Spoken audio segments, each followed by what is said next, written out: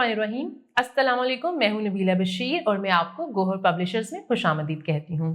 Our slogan is redefining the geography of education through digital resources for conceptual learning. प्यारे बच्चों, इस video में हम स्किल अप वाकफियत आमा क्लास 3 का चैप्टर 3 बदलती दुनिया यानी चेंजिंग वर्ल्ड करने वाले हैं और हम करने वाले हैं उसका पहला वीडियो लेक्चर। तो चलिए चलते हैं पेज नंबर 24 पे और सबसे पहले हम क्या करने वाले हैं, साबका वाकफियत का जायजा। तो उसमें मैं क्या करूंगी, मैं आपसे सवाल पूछूंगी और आपने सोच के उनके जवाब देने होंगे। तो मेरा पहला सवाल है कि आज से 500 साल पहले कंप्यूटर और हवाई जहाज होते होंगे? जरा सोच के बताएं। बिल्कुल नहीं, क्योंकि ये तो बहुत ज्यादा पुराना वक्त है, तो उस दौर में इन चीजों की इजादात अभी नहीं हुई थी। और मेरा अगला सवाल है, 500 साल पहले एक मुल्क से दूसरे मुल्क कैसे जाते होंगे, यानी लोग 500 साल पहले सफर कैसे करते होंगे? तो जरा सोच के बताएं। उस दौर में लोग पैदल सफर करते थे। अब हम देख लेते हैं अहम अल्फाज। सबसे पहला लफ्ज है तर्ज जिंदगी यानी लाइफस्टाइल। इसका मतलब है जिंदगी गुजारने का अंदाज या फिर तौर तरीका। अगला लफ्ज है माजी यानी पास्ट, पुराना जमाना और गुजरा हुआ वक्त। अगला लफ्ज है हाल यानी प्रेजेंट, मौजूदा वक्त, आजकल का जमाना यानी जो टाइम चल रहा है ये हमारा प्रेजेंट है। अब हम चलते हैं पेज नंबर 25 पे। आपको स्क्रीन पे पेज नंबर 25 नजर आ रहा है। इसमें कुछ पिक्चर्स हैं। एक साइड पे आपको माजी की तस्वीरें नजर आ रही हैं और दूसरी साइड पे आपको हाल की तस्वीरें नजर आ रही हैं। तो इन तस्वीरों को जरा गौर से देखें, आपको इसमें क्या फर्क नजर आ रहा है। जी बिल्कुल, माजी में चीजें यानी जो लाइफस्टाइल था, तर्ज जिंदगी था, वो काफी मुख्तलिफ था। जैसे कि अगर हम ट्रांसपोर्ट की बात करें तो सबसे पहले आपको क्या नजर आ रहा है, माजी में आपको तांगा नजर आ रहा है जिसको कि घोड़ा चला रहा है, यानी कार्ट है उसको घोड़ा चला रहा है। और आजकल कैसी फास्ट कार्स हैं जो बहुत ज्यादा तेज चलती हैं और बहुत कम वक्त में एक जगह से दूसरी जगह लेके जाती हैं। उसके बाद आप देखें अबैकस है जो कि काउंटिंग मशीन कंसीडर की जाती थी। और दूसरी साइड पे आपको क्या नजर आ रहा है, दूसरी साइड पे आपको कंप्यूटर नजर आ रहा है। और कंप्यूटर के थ्रू हम बहुत ज्यादा प्रॉब्लम्स को बहुत इजीली सॉल्व कर लेते हैं। और उसके बाद अगर हम कम्युनिकेशन की बात करें तो पहले दौर में लोग खत लिखा करते थे जो कि बहुत देर लग के एक जगह से दूसरी जगह पहुंचता था। और आजकल क्या है, आजकल मोबाइल है, हम टेक्स्ट मैसेजेस कर सकते हैं, कॉल कर सकते हैं और वीडियो कॉल भी कर सकते हैं। यानी अगर आप दो मुख्तलिफ मुल्कों में भी रहते हैं तो आप वीडियो कॉल के थ्रू एक दूसरे से बहुत आसानी से बात कर सकते हैं।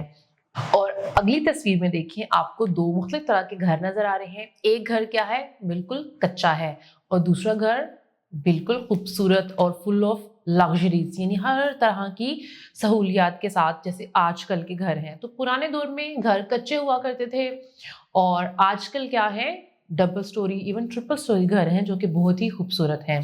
इसके बाद हम आगे चलते हैं।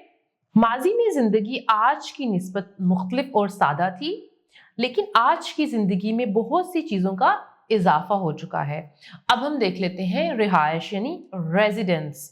माजी में घर कच्चे और खुले होते थे, घरों में सहूलियात ना होने के बराबर होती थी, मशीनें बहुत कम थीं।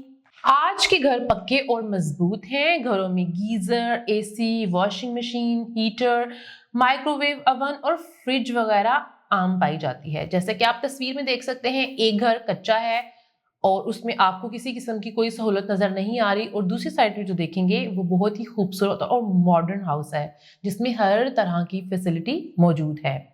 अब हम बात करते हैं खुराक की यानी फूड। हजारों साल पुरानी बात करें तो तब लोग फल, कच्ची सब्जियां और जानवरों का शिकार करके कच्चा गोश्त खाते थे। 100 साल पहले आटा और मैदे से रोटी या डबल रोटी बनाई जाती थी जिसके साथ चंद किस्म के सालन होते थे। लेकिन आजकल पिज्जा, बर्गर, बेकरी की अशिया, तरह तरह के जूस और खाने खुराक में शामिल हैं। जैसे आपको तस्वीर में नजर आ रहा है, एक सादा रोटी है यानी जो सादा खुराक थी, और दूसरी तरफ देखें आपको बर्गर, पिज्जा और केक नजर आ रहा है। ठीक है, अब हम अपने मुल्क में रहते हुए दीगर ममालिक के तर्ज के खाने भी बना सकते हैं और खाने को लंबे अरसे के लिए महफूज भी किया जा सकता है। तो खाने को लंबे अरसे के लिए महफूज कैसे किया जाता है? फ्रीजर के जरिए। अब हम आगे देखते हैं बातचीत के जराए यानी मीन्स ऑफ कम्युनिकेशन, हम कैसे कम्युनिकेट करते हैं एक दूसरे के साथ। कदीम दौर में लोगों का एक दूसरे से राब्ता करना मुश्किल था। मीलों दूर रहने वालों से राब्ता करने में कई दिन या महीने लग जाते थे। फिर खतों का दौर आया, खत पहुंचने में भी कई हफ्ते लगते थे, उतना ही वक्त जवाब आने में लगता था। टेलीफोन की इजाद ने राब्तों को आसान कर दिया। अब मोबाइल फोन हर एक के पास है, जिसकी मदद से आनन फानन राब्ता हो जाता है। आनन फानन मतलब फौरन।